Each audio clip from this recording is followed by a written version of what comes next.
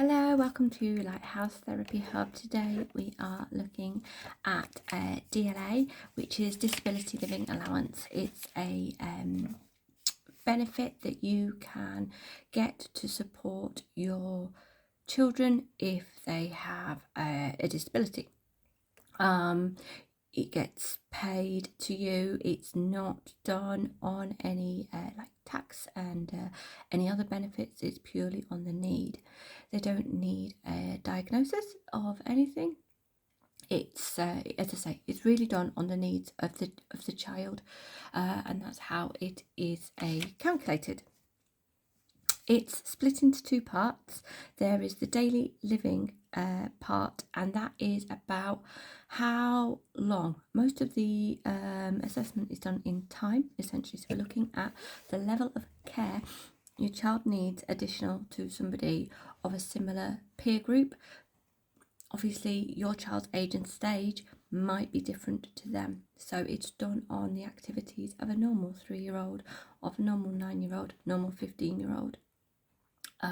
So the younger they are, it can be slightly trickier because it would be seen that most, young children would need the additional support anyway. So they take it on that kind of average.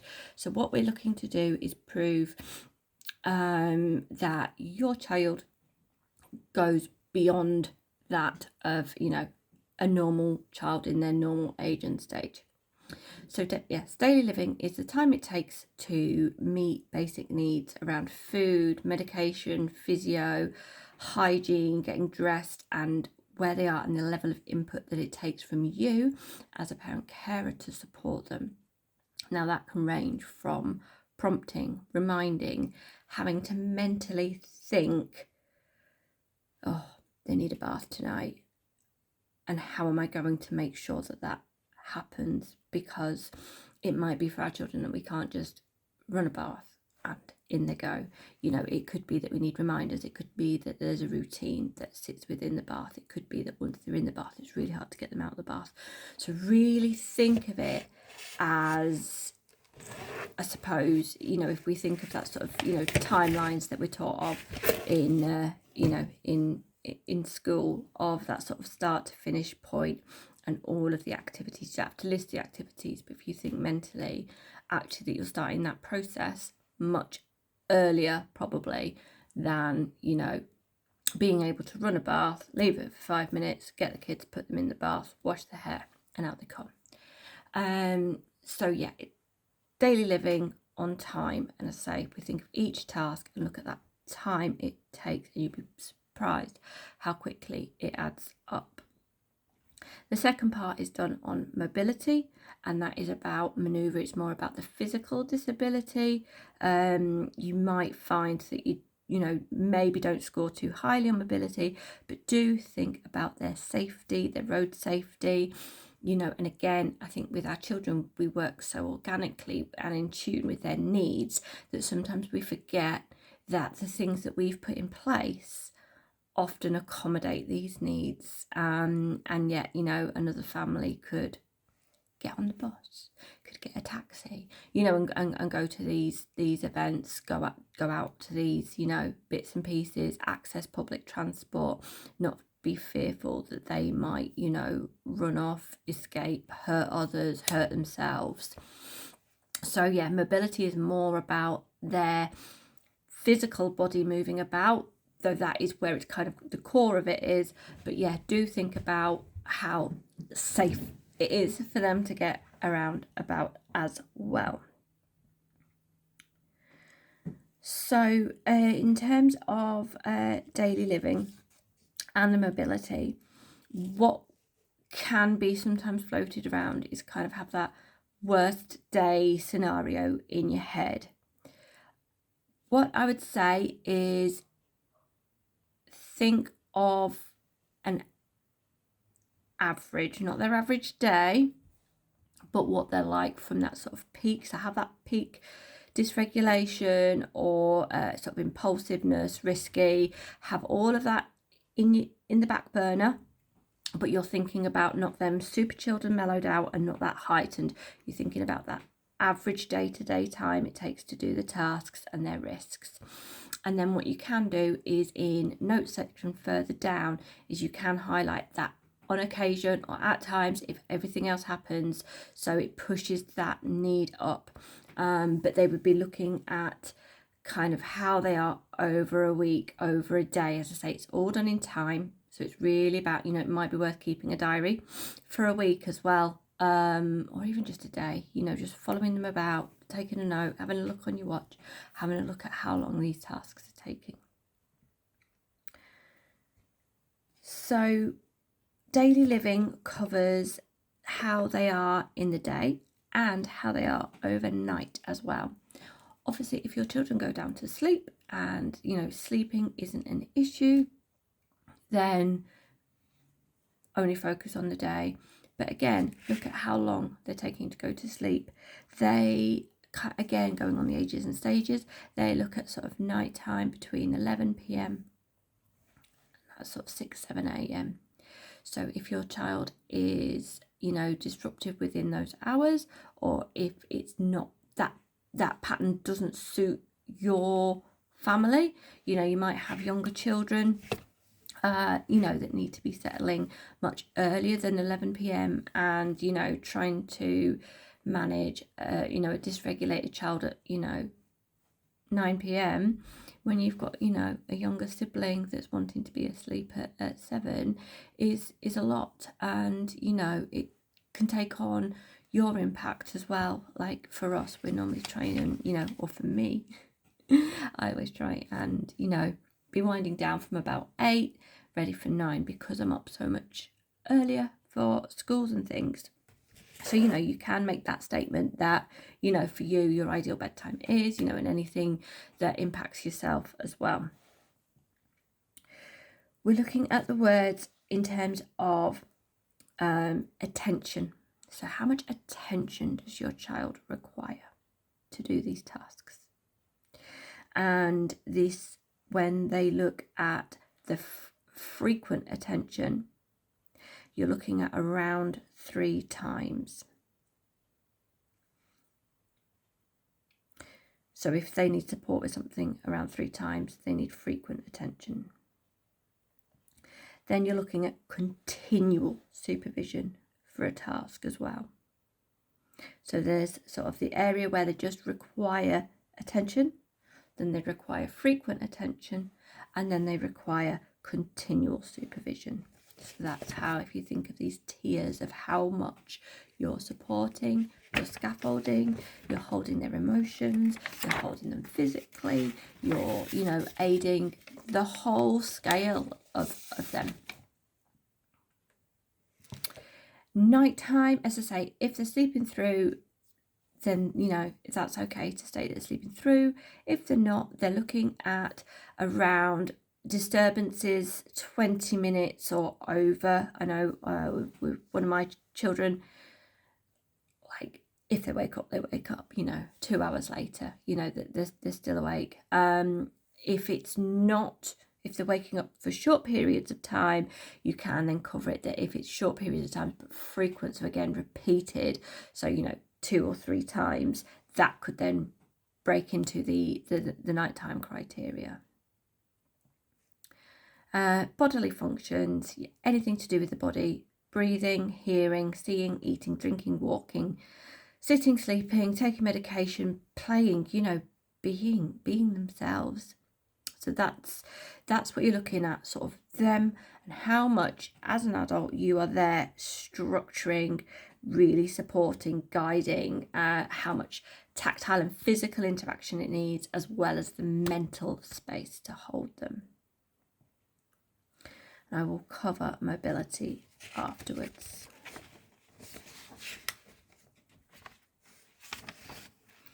Okay, in terms of what they're actually looking for, in terms of getting around, is so aids and adaptations, if they need anything to just really physically help them regulate. You know, it could be you know, special sensory areas, it could be tools that you use out and about, it could be specialist car seats, specialist wheelchairs, ear defenders, anything that, you know, you have to kind of can't go out without, have to make sure that you've really had to research, and seek that sort of specialist level of equipment to support them. Again, if it's physical, it could be like things like handrails, frames, walkers, adaptations to the house. So it's quite a big one. Getting in and out of bed, quite self-explanatory, but again, it might be that they still have a bed guard on their bed. It might be that they're fearful to be alone. It might mean that you have to be physically with them until they settle. It might be that 2 hours taking to settle. It's the physical impact as well. If you think of them, sort of with a broken leg analogy, that it might be that they physically can't move, but if we flip that mentally, and we're looking at executive function, and we're looking at ADHD, and we're looking at these real mental impacts that really struggle to task switch and function, especially early in the morning, for an ADHD brain, if it's been on the go all day, which of course they have been. When they then do switch off at night time, that's it. Their brain and their body is so fatigued that they normally enter really quite a deep sleep. So actually getting them up and getting them out, even though their body has the physical capacity to do it, the executive function, so alarms, prompts, reminders, physically getting them up, physically getting them dressed in bed. I don't know if any of you use the sort of, I said hack of getting them dressed in their school uniform, to go to sleep in. All these things that I've heard, which is perfectly valid, because again, the sensory change of getting dressed can be really impactful. So yes, don't necessarily think a bit of what their body can physically or can't do. Obviously, if they have a physical limitation, we can list that as well, but it's really about how easy they find that transition and which stages of it need support. So that can be going into bed and out of bed. Help going to the toilet, so that can range from anything from reminding them that they need a toilet, assisting them getting to the toilet, if there's stairs, or a tricky lock, or something like that. So physically, again, we think of that timeline. It's not just about them being on the toilet. We're thinking of this build up from noticing that they need the toilet, overcoming the demand, the executive function to go, really realizing that their body and brain to body signals are telling them that they need to go to the toilet. They might need help with their clothes as they get there. They might need help with cleaning themselves afterwards, even prompting to wash their hands, prompting to flush the toilet. Those are all activities that we're doing as caregivers constantly to support our children. If there is any other issues around toileting, in terms of the bodily function side of toileting, so it could be smearing, it could be dirty clothes, as I say, not catching it in time, anything like that. If there are any incontinence support, any specialist support, list that there. If in doubt and you think it's vaguely related, get the comments in on the section you feel it's closest match. You can always repeat yourself. Another tip would be, if you imagine each question is read by somebody different, so they don't necessarily have the information from the question before. So again, if you think anything that ties into that need, get it listed in there. They might not like getting dressed again after going to the toilet. Again, these tasks of keeping them safe and warm all build into our day. So the next one is prompting or physical help to move around indoors. Again, this looks more to do with the physical side of the body. If any of your children have hypermobility or anything like that, and again, if we look at the impulsivity and the fidgety side of things, being able to sit in a chair for a meal, ADHD, anything like that, and again, that focus on actually being able to sit and eat a meal and having to be prompted and reminded. They might be dangerous as well if they're running about or sliding down, scaling walls, scaling sofas.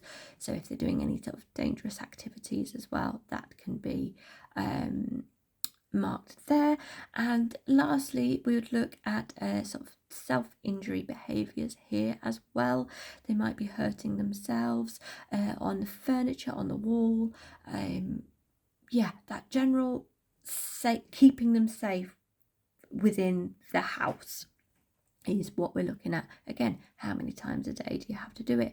Again, it may fluctuate that, you know, that they can keep regulated 90% of the time, and then but there are occasions where when they are dysregulated, that could be an hour out of your day, 2 hours out of your day, because they're self-harming and injuring themselves, self-injuring and harming themselves.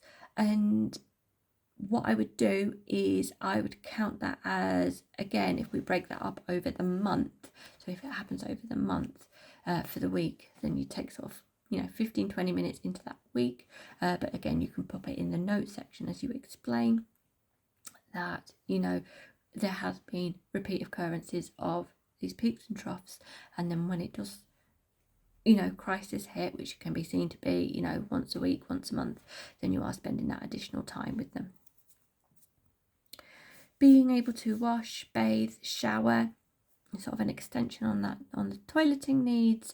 So it's about them keeping themselves cleaned and being able to know the steps that are, needed in the bathroom. Do you have visuals up in the bathroom? Do you have little tick task things? Again, you've probably done quite intuitively to support them. That's fabulous. But include it, include, how much work you've done on getting them to where they're at. Again, if they've got quite low touch response, they might not be able to feel, dirt on their faces. So again, it might be down to you to prompt them that they need to clean their face. Some people are obviously very sensory sensitive and want to wash their hands regularly. Again, this may be that you need to supervise them washing their hands regularly. It might be that they're sensory sensitive and don't like washing their hands, so you're having to go out and buy special soap, special this, special that, making sure they've got the right towel clean. So again, it just adds into the time that you're taking to support them. We want that fine balance, don't we, of keeping safe and clean and not getting into a habit of, damaging our hands from overwashing. Physically getting dressed and undressed, again, link that back into toileting, link that back into getting ready in the mornings. Again, if you think of it as different sections across the day. But yeah, this is then the day-to-day: zips, buckles, laces, belts, bags, zips on coats, zips on bags, shoes on and off, knowing which shoe on which foot, knowing how to do the fastenings, having to get the right level of clothing for the right weather. That's very key. And again, a lot that we do as parents. And if you want any support on how to support that sensory feedback and those processes, and really kind of looking at getting their skills up as well, we can help with that. Getting eating and drinking. So again, they might be very sensitive to what they eat. They might not like eating. They might, really struggle. They might get up and down the table. Again, link that back into, the being physical safety around the house. Dysregulation, if it's the wrong foods, it might be that it's, can only tolerate a certain brand. That they struggle to, utilise a knife and fork. Again, age and stage. They wouldn't look at a young child being able to do that. But if you've got, a 5, it's really hard to say because my children don't follow these ages and stages. But I'd say, sort of 5 and onwards, you'd probably be looking at some, basic cutlery skills and smells as well when you're cooking, safety whilst cooking as well. Do you have to keep them separated whilst cooking? Risk around hot things in the kitchen. So again, just think of it as the full process from start to finish.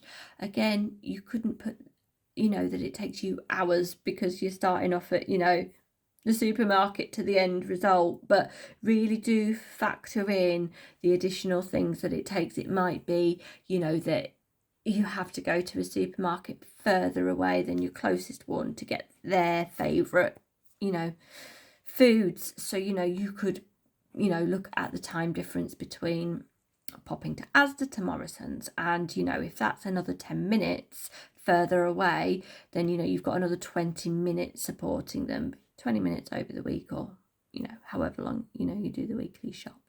Okay. They lastly as well, things like throwing foods, just getting distressed over meal times. Social impact on food as well can be really tricky for some of our kids. If it's too noisy, too busy, so it's creating that right environment. And again, you've probably done some of this holistically just in response, because we all want our children to eat, don't we? So if we can make that access to eating smoother, we do. Do we feed them at different times? Do we feed them in a different location? Do they eat up away? Do they, do we eat up away from them? Do we allow, technology on and these sort of things? So it's special chairs, own plates, all of these little things. Just really think how long it takes me to feed them. And that's one meal as well. You've got 3 meals a day.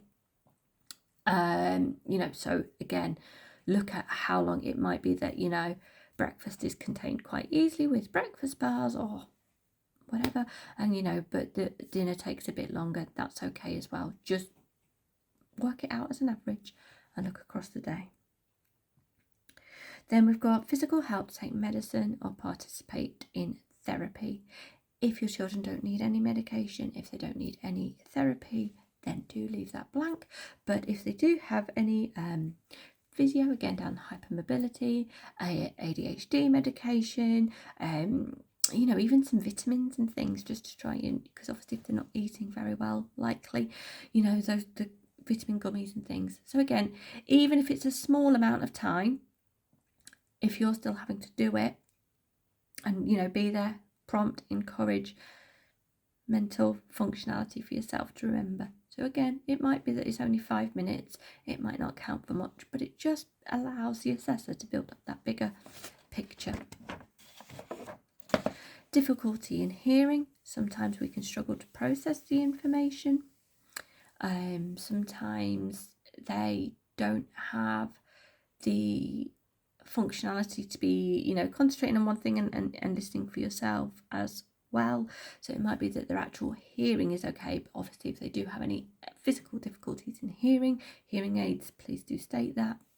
And again, under aids, they might need prompting of changing batteries and helping support them with hearing aids.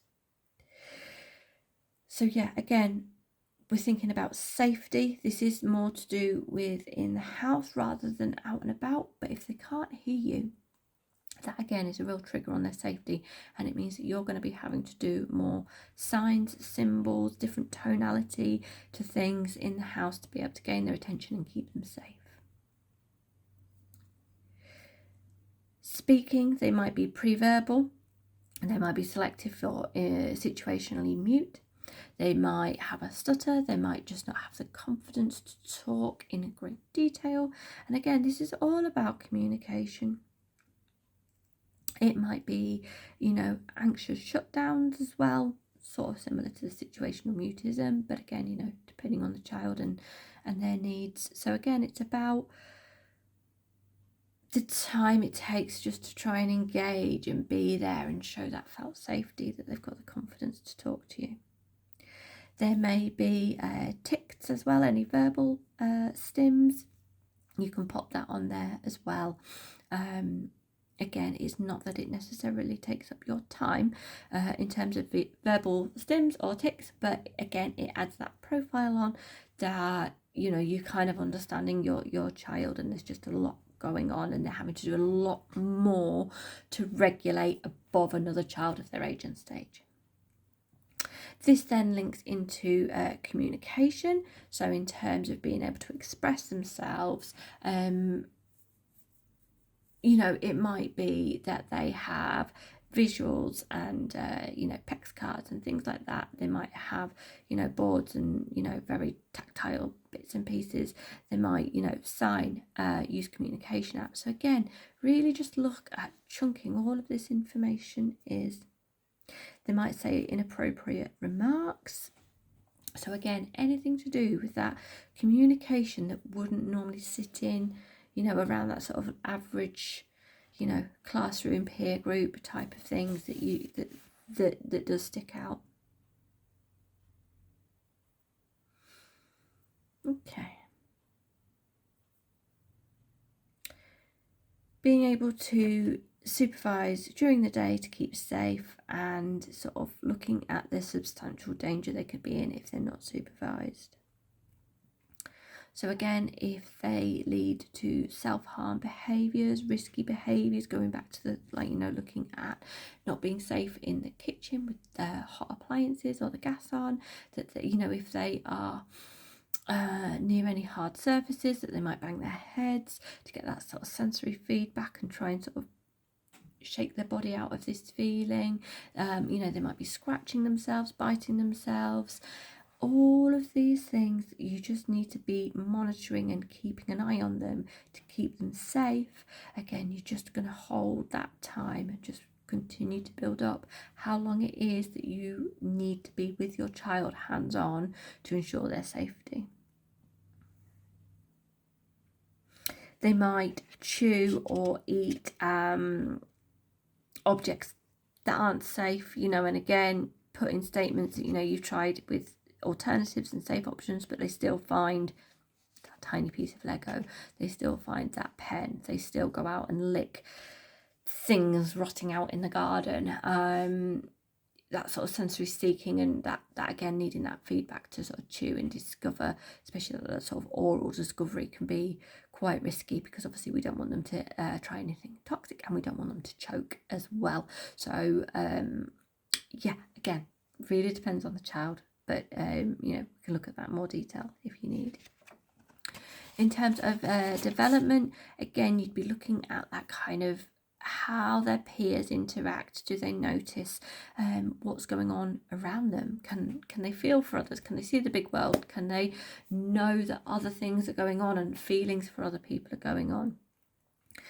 How much we need to intervene on those social rules of turn taking, game playing, you know, and really fostering those relationships, following instructions, building up multi-levels of instructions as well. And again, if we go back to inappropriate words, inappropriate comments, tics, Tourette's, those type of things. So it's really about those sort of behaviours you'd be looking at. Probably around 7 to 8 would be classed as the brain normally registering that feeling for others. So under 7, make a comment that you've noticed it, but it would probably fall into age and stage. 7 and over, you'd be looking at trying to really guide them and needing that one-to-one time of explaining how others might be feeling if, you know, you've said that or done that. Getting to school, again, if you've got any school documents to support, get them thrown in here. They might have one-page profiles, even if it's just some small reasonable adjustments like going in an alternative entrance. Speak to school as well. See if that, you know, if you don't have anything on paper as a one-page profile or my support or even an EACP, then, you know, see if you can get them to just confirm it all in an email of all the reasonable adjustments they do have. If there are a couple, I would look at getting some of that documented. But again, I can do a school support session with you if you feel that the paperwork and that side of things are lacking. Obviously, it's great when it's all working, but it doesn't take much for it to not work, unfortunately, and then you're left without the evidence of the changes and adjustments that they have done. if they've got any reductions at school, any exclusions, any, you know, reports from any specialists that have been there at school. And again, you know, the things that you do. So again, it might be prompting with uniform, leaving uniform out, leaving that accessible, leaving it up on hangers the night before so they know it's a school day, using colours and rhythms to really regulate throughout the week that they know it's a school day or they know it's a purple weekend. Those sort of things can really help the child, but also it's more pressure on you than just, you know, come on, let's go, and expecting themselves to do, you know, to be up, dressed, brushed, cleaned, dressed, fed, and out the door happy and, you know, bouncing off. So getting to school, getting from school is normally a big chunk of time for our children that we're supporting. So again, have a little reflect when you go to school tomorrow, how much, you know, you're doing above and beyond. You know, are you having to make them, you know, pack lunches? And it's okay for them to have a packed lunch, but are you doing that because then they can't eat, you know, school foods and things? And again, how specialist is the packed lunch being for them? Link it back into food, link it back into getting to school. As I say, really cross over. It might be worth starting doing some spidergrams of which ones connect. Hobbies, interests, and again, and if they are unable to attend any additional activities, I would note that they're unable to attend, you know, despite inviting, prompting, trying, exploring, showing them, taking them, trialing them. You know, if they find that too tricky, then I would be writing in that, you know, they are unable to at this stage to be able to join in. If they're able to join in but they're still finding it hard, you know, they might need a lot of decompression time afterwards. They might need a lot of prompting to get ready, to remember their football boots, to, you know, clean out the kit, to put kit in the wash, you know. And if you're able to get them there but you're having to do everything around it, like, you know, the washing of swimming things and, you know, and those sort of things, and help them whilst you're there, getting them physically changed. Maybe, you know, you have to spend an extra 10 minutes as you drop them off, you know, so they can feel safe and confident before you leave them. Again, pop that in. Maybe you have to stay the full time, which is obviously great, like, you know, be there for your child, but, you know, you can really utilise that you are spending that much time to allow them to access these activities. Then we're looking into nighttime. I've obviously gone over this in a little bit, but yeah, nighttime in terms of, you know, how much time does it take them to settle? When are we prompting? Are you staggering? Are you staggering the activities of washing, cleaning? Are you able to get them washed and cleaned? Are you able to get them dressed, ready for, you know, in pyjamas? Lying with them, reading, you know. And again, what we would expect, I would say, you know, as a parent is, you know, a lovely 45, you know, half an hour to 45 minutes to, again, depending on age and stage, I'm probably looking at, you know, probably 6 and under, you know, even 5 and under. I'd be looking at, you know, 45 minutes would probably be deemed acceptable from, you know, prompting to brush teeth, prompting to wind down, finish dinner, that, you know, TV's being turned off soon, support and encouragement, you know, of being there in the bathroom, setting toothbrush timers and, you know, maybe squeezing out toothpaste, getting the water run warm, making sure the pyjamas are out and ready. But then after that, I would say that, you know, normal expectations would be that they could start to do some of that the predictability that, you know, TV's turned off at 7:30, or, you know, whatever that routine is, that they would know that that's coming.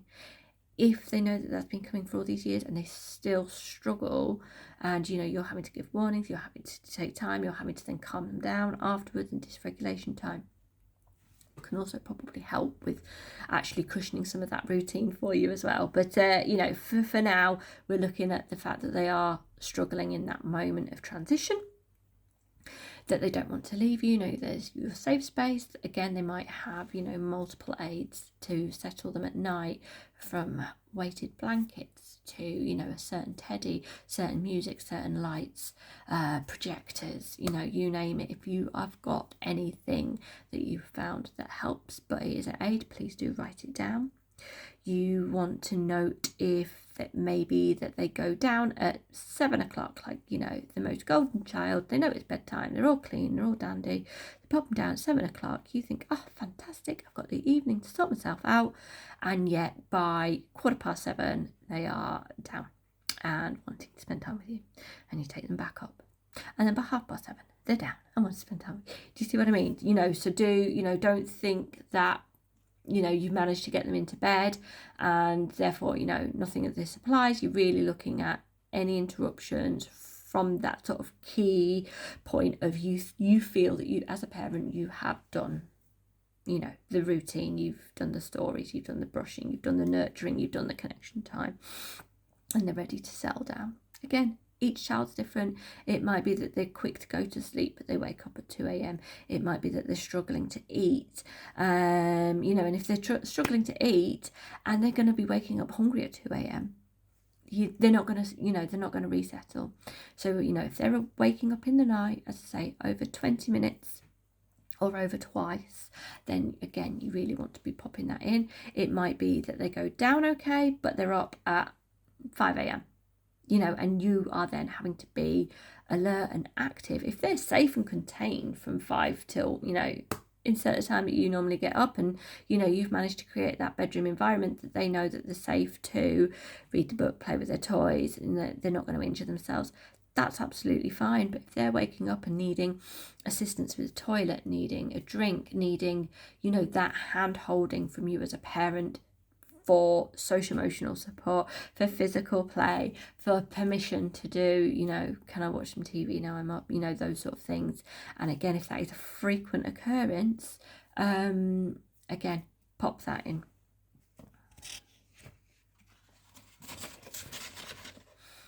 If you have any extra information, you're going to be thinking sensory, you're going to be thinking basic needs, and that is felt safety, hygiene, toileting, food and drink. So anything around that, anything around sensory. So we've got our internal sensory systems as well as our sort of external sensory systems from touch and taste, and that sort of seeking behaviours are normally the most risky ones. The avoidance can be dangerous as well, because if we're not eating and drinking, then obviously our insides aren't getting the fuel and the balance that they need. So sensory, basic needs. And then again, thinking about, you know, it's okay going, oh, our normal week is based around school, and really building everything up to that school, maybe with an activity on, you know, a weekend and going to football. But in terms of going out and about, you know, are you able to go and see friends? Are you able to go and see family? Are you able to go on a day trip? How long can they tolerate in the car? Can they use public transport? Can they, you know, cope with crowds? Can they cope with the weather if that's unpredictable? Other people out and about, dogs out and about. Do you have to make sure that you pass a McDonald's on the way home? How much extra planning are you researching that, you know, your child will feel safe in that environment when you're going out and about? You know, I think none of us would go on a day trip and, you know, make sure we've got fuel in the car and go. You know, there's always going to be some preparation of bits and pieces, but if you balance that as a whole, like, do you always make sure you take a picnic because queuing for food is too much? You know, they don't have the tolerance to wait for the time. So it's okay to take a picnic, you know, if you're just happy to have your own choices and foods and, you know, time saving, money saving. But if you're doing it for a reason due to the children's needs, that's where we can start to add it on. Okay, so that is in itself the daily. And then just flick back to the mobility, because we are looking at out and about, moving out and about, road crossings, checking for curbs, how quick or slow are they compared to their peers? Are you always waiting for them? If we look at these sort of maybe hypermobile type tendencies where it might hurt for them to move, they might be unsure. If you're looking at dyspraxia and lack of balance, lack of coordination, and these sort of day-to-day activities, they might try and run off. We need to be able to keep them safe. They might get, you know, loud noises might shock them, or, you know, sensitive to smells out and about. So it's not really thinking about them necessarily. Again, that sort of broken leg analogy, that they're just slower because of a physical you know, sort of hindrance on them. They might have physical as well, and do obviously put that. But yeah, we're looking at being inappropriate out and about. We're looking at the speed, and again, that sort of how much you are having to prepare them, you know, to take coats, and you know, that sort of in tune with the weather and the environment. If you need any further support, then please do book in for a family school support session, and I can then unpick any of those, any questions that you've got in further detail. But for now, that is DLA in a nutshell, and good luck.